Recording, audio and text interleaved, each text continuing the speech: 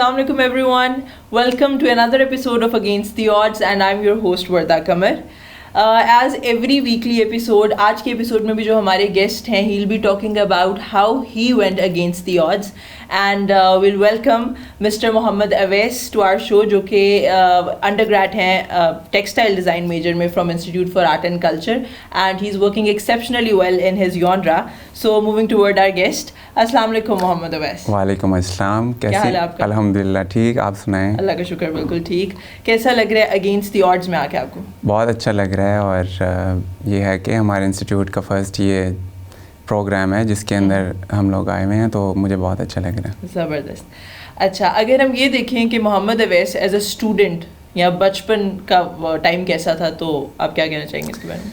अगर बचपन की बात की जाए तो बेसिकली मैं साउथ पंजाब से हूँ, तो वहाँ पे जिस तरह हम लोगों की एजुकेशन का एक सिस्टम है तो वो बहुत ही डिफरेंट है। अगर हम इसको अपर पंजाब या लाहौर के साथ कंपेयर करें तो काफ़ी डिफ़िकल्टीज़ होती हैं एक स्टूडेंट के लिए। और जहाँ से मैं पढ़ के आया वहाँ तो मेरी फैमिली में भी लाइक के कुछ इश्यूज़ थे कि जिसकी वजह से वो सपोर्ट नहीं करते थे कि एजुकेशन को, तो इस लिहाज से फिर पेरेंट्स ने बहुत ही सपोर्ट किया एजुकेशन में।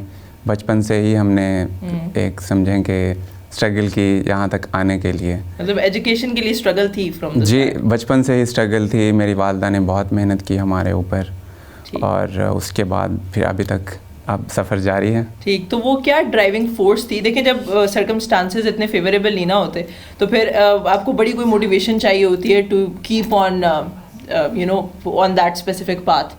तो फिर क्या ऐसी मोटिवेशनल फोर्स क्या थी कि हाँ यार पढ़ना है तो पढ़ना है, जब सर्कमस्टांसेस अच्छे नहीं हैं तो इंसान गिव अप भी कर सकता है?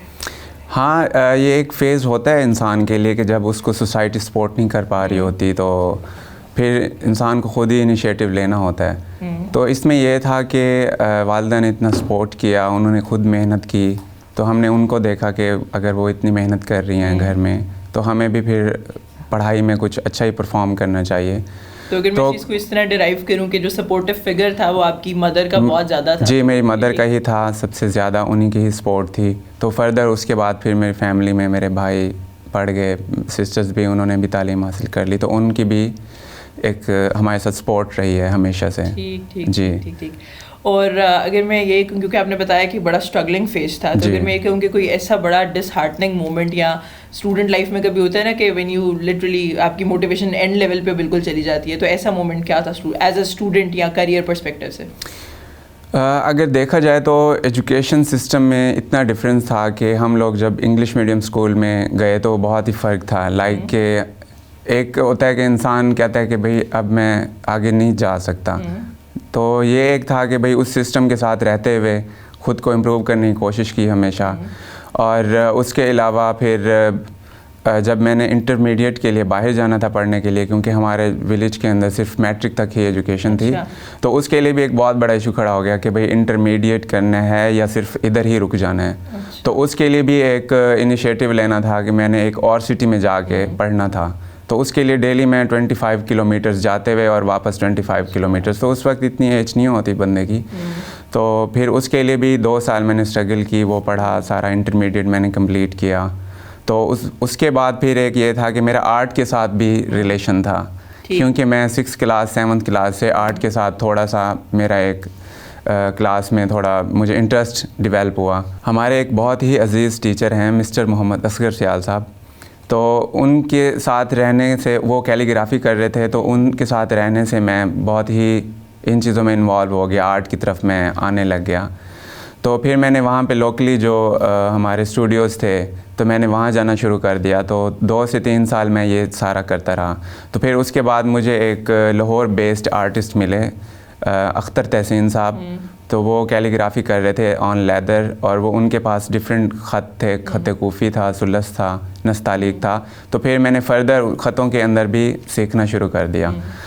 तो उसके बाद फिर जब मेरी इंटरमीडिएट कंप्लीट हुई तो मुझे तो अपने आर्ट के अंदर ही इतना इंटरेस्ट डेवलप हो गया था, लेकिन फिर फैमिली और जो एक सोसाइटी का प्रेशर होता है कि एक बॉय जो है एग्जैक्टली यही मेरा coming I was coming to this point कि जब स्पेसिफिकली जब any male member of the family जब वो आर्ट पढ़ने लग रहे होते तो हमारे यहाँ यूजुअली जिसने आपने बताया एजुकेशनल जिस तरह का बैकग्राउंड या उर्दू मीडियम स्कूल, वहाँ एक चीज़ का स्कोप नहीं होता कि लोग ये समझते हैं कि जी आर्ट इंस्टीट्यूट से पढ़े तो पता नहीं जॉब का एक्सपोजर होगा, स्कोप होगा, फाइनेंशियली स्टेबिलिटी होगी बाद में कि नहीं। तो इस बारे में इसको डील कैसे किया था? इसका ये था कि जैसे ही मेरी इंटरमीडिएट कंप्लीट हुई तो मुझे बस चारों तरफ से यही आवाज़ें सुनाई दी कि आप आईटी कर लो या डॉक्टर बन जाओ या इंजीनियर बन जाओ, तो इसके अलावा तो कोई चारा नहीं है। और आर्ट का तो लाइक कोई सुनता भी नहीं था, वो कहते कि ये बस ऐसे ही है, तो इसमें कोई फ्यूचर भी नहीं है और आप तो वैसे भी बॉय हो तो आपका इन चीज़ में कोई ताल्लुक़ नहीं है, ये डिज़ाइन करना तो ये गर्ल्स का एक समझ लें। तो खैर मेरे लिए एक था कि मैंने फिर वहाँ पे थोड़ा सा पॉज लिया और मैंने फिर आईटी में एडमिशन लिया मुल्तान जाके, लेकिन फिर ये था कि उसके अंदर इंस्टीट्यूट बहुत ही समझ लें कि वेल इक्विप्ड कोई स्टूडियोज़ नहीं थे वहाँ पे, तो मेरे लिए बहुत ही मुश्किल था कि मैं एक आईटी का स्टूडेंट हो के विदाउट कंप्यूटर लैब उसकी डिग्री करूँ, तो ये कोई मिक्स एंड मैच कुछ भी नहीं था, तो ये मेरे लिए बहुत डिफ़िकल्ट होता जा रहा था। और आपकी डिग्री जब कंप्लीट हो रही हो तो आप कुछ ना कर रहे हो, लाइक कोई प्रैक्टिकलिटी ना हो, तो वो क्या मोमेंट था जब डिसाइड कर लिया कि आर्ट पढ़नी है तो पढ़नी है, कैलीग्राफी करनी है तो करनी है? तो इसके साथ ये था कि मैं अपनी जो कैलीग्राफी की प्रैक्टिस थी वो मैंने जारी रखी साथ साथ, तो मैं हर वक्त कोई ना कोई चीज़ लिख रहा होता था। ऐसे समझ लें कि वो मेरा एक कोई मेडिटेशन प्रोसेस था या वो फेज़ होता था कि जब मैं अपना आर्ट के थ्रू अपने आप को थोड़ा रिलैक्स कर लेता था। तो ये करते करते फिर जब देखा हमें समर की वेकेशंस हुई आईटी जहाँ से मैं कर रहा था, तो उसके दौरान ही हम लोग लाहौर के अंदर शिफ्ट हुए। तो मेरा था कि मैं उस डिग्री को कंटिन्यू रखूँगा, लेकिन वो मैं कंटिन्यू नहीं रख सका क्योंकि मैं यहाँ से गुज़रता होता था बाहर रायमंड रोड से, तो यहाँ पे institute for art and culture उसको देखना, उनका लोगो जिस तरह बना हुआ है और आर्ट से रिलेटेड एक जो था उनका साइन बोर्ड, तो मैंने उनको देखा तो मुझे बहुत इंस्पिरेशन मिली कि ये तो कोई मेरे से रिलेटेड चीज़ है, कोई कैलीग्राफी कोई आर्ट वाइब है उस जगह की। तो जिस तरह मतलब स्टार्ट किया उर्दू मीडियम स्कूल से, ये तो जब आईएसी में आए, आईएसी में एक्सपोजर मिला, तो वो शुरू का इंटरेक्शन वो एज अ यूनिवर्सिटी लाइफ यहाँ पे जिस तरह स्टार्ट हुई, तो क्या आपका एक्सपीरियंस था उससे रिलेटेड? जी बिल्कुल, हुआ ये कि जैसे ही मैंने आईएसी का बाहर देखा तो फिर मेरा एक शौक़ हुआ कि मैं किसी तरह जाऊं अंदर बात करूं, सारा पूछूं। तो उस वक्त अभी स्टार्ट नहीं हुआ था इंस्टीट्यूट, तो हमारा पायनियर बैच ही था। तो फिर मैंने सोशल मीडिया के थ्रू इसको देखा, वहाँ पे मैंने अप्लाई किया, तो फिर इंस्टीट्यूट की तरफ से कॉल आई कि आएँ एडमिशन लें, वर्कशॉप भी हुई हमारी। तो फिर आके मैंने सारा यहाँ देखा, तो फिर मुझे लगा कि मुझे यहीं ही पढ़ना है। तो फिर मेरा कोई इरादा नहीं था क्योंकि इतने एक्सपेंस थे और मुझे समझ नहीं आ रही थी कि सारी चीज़ें कैसे मैनेज होंगी। तो खैर फिर इंस्टीट्यूट की तरफ से स्कॉलरशिप का भी एक था प्रोग्राम, तो वो मुझे स्कॉलरशिप भी मिल गया यहाँ पे 75%, तो मेरे लिए बहुत आसान हो गया कि मैं चीज़ों को लेके चलूँ। तो फिर स्टार्ट में फिर जिस तरह हमारी क्लासेस स्टार्ट हुई, तो मेरे लिए एक डिफरेंट ये मोमेंट था, मुश्किल था कि कहाँ मैं वो साउथ पंजाब से आया और यहाँ आके मेरे लिए मुश्किल था सर्वाइव करना, रहना, पढ़ने आना। तो फिर मैंने उस माहौल को भी एक्सेप्ट किया।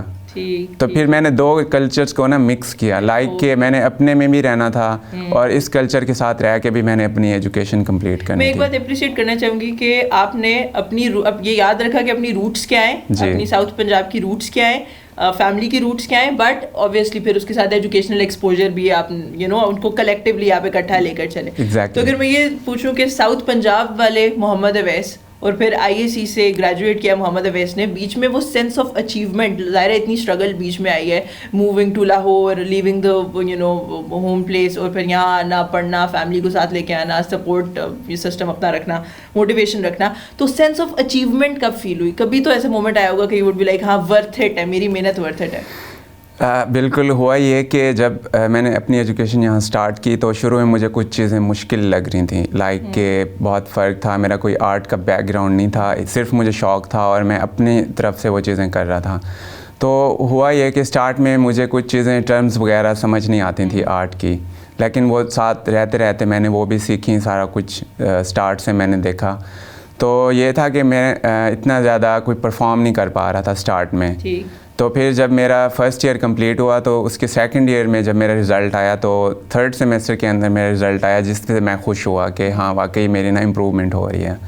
तो उसके बाद फिर कुछ कोविड के दिन चले तो फोर्थ सेमेस्टर में सब लोग घर बैठ गए, तो मैंने बहुत ज़्यादा मेहनत की घर रह के। मेरा यही काम होता कि मैंने काम को किस तरह इम्प्रूव करना है। तो उसमें ये फ़ायदा हुआ घर रह के कि एक तो रिसर्च वर्क स्ट्रॉन्ग हो गया, तो उसके साथ साथ फिर मेरी जो परफॉर्मेंस थी वो भी अच्छी हो गई। डिफरेंट आर्टिस्ट का काम देखा, रिसर्च वर्क स्ट्रॉन्ग कर लिया, तो फिर मेरे अंदर भी इम्प्रूवमेंट आना शुरू हुई। तो वो जब फोर्थ सेमेस्टर का हमारा रिज़ल्ट आया तो उसमें मेरे क्लास में हाईएस्ट मार्क्स है, तो उस वक्त मुझे रियलाइज़ हुआ, तो बैच टॉप करने की वो अचीवमेंट तो फील हुई होगी। एग्जैक्टली कि भाई मैं भी कुछ कर सकता हूँ। तो तब मुझे फिर एक और समझ लें कि एज मिला, जी बूस्ट मिला कि मैं मज़ीद अपनी डिग्री को जारी रखूँ और इसको कंप्लीट करूँ। गालिबन आपका एक स्टार्टअप लॉन्च हुआ है इश्क़े ईमान के नाम से, क्लोथिंग स्टार्टअप, जिसमें आप डिफरेंट प्रिंट्स और वो लॉन्च अपने इंडिजिनस प्रिंट्स लॉन्च करते हैं जो कि आपके मुल्तानी कैलीग्राफी से भी रिलेटेड है और उस तरह।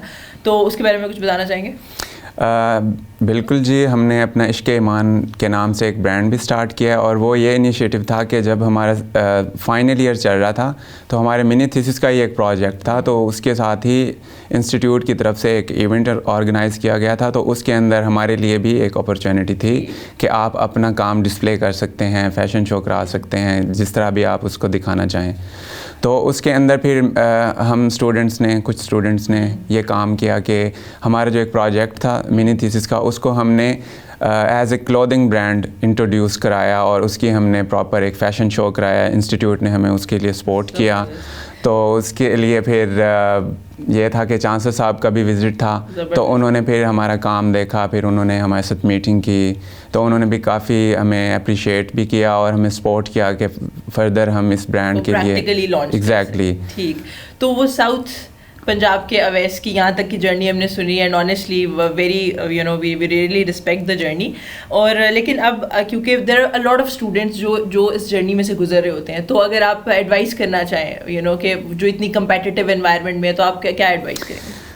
बिल्कुल जी, मेरी लाइफ के फ़ेज़ में एक ये चीज़ भी आई थी कि जब मैं बिल्कुल ही हिम्मत हार गया था कि भाई अब मैं इस डिग्री को आगे नहीं लेके जा सकता, क्योंकि सोसाइटी का आपके ऊपर प्रेशर होता है। जब इतने 4 ईयर का प्रोग्राम होता है तो कहीं ना कहीं पे आपको फिर ऐसे लोग मिल जाते हैं ये कहने वाले कि इस आर्ट के अंदर तो कोई फ्यूचर भी नहीं है।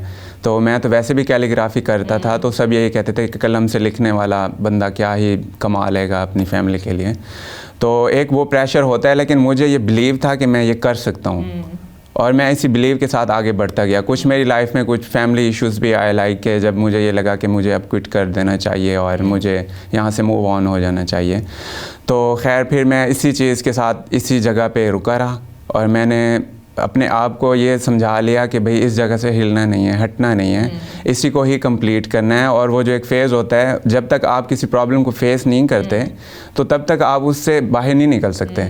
तो मैंने उस प्रॉब्लम को फेस किया और बाकी इश्यूज़ तो चल रहे होते हैं लाइफ के, लेकिन इसको मैंने पीछे नहीं किया और इसके साथ ही मैंने आगे बढ़ने की कोशिश जारी रखी और अल्हम्दुलिल्लाह आज ग्रेजुएशन लाइफ जो मुझे what I have learned is कि आपकी बात से कि जो अपॉर्चुनिटीज़ आई उनको अवेल भी आपने एक बड़े प्रॉपर वे में किया। और वन ऑफ द थिंग्स जो कि मैं अप्रिशिएट करना चाहूँगी कि moving on and progressing with life, आपने still you remain intact to your roots, आपकी फैमिली रूट्स, आपकी साउथ पंजाब की ट्रेड्स वाली roots, so you kept them with you along and that's very nice. So thank you very much for coming to our show, Mohammed Awais. It was really nice having you, and thank you very much all of you for staying with us during this conversation. I hope you guys enjoyed. I hope you guys learned a lot. See you guys in the next episode. Thank you very much. It's your host Warda Kamar signing off.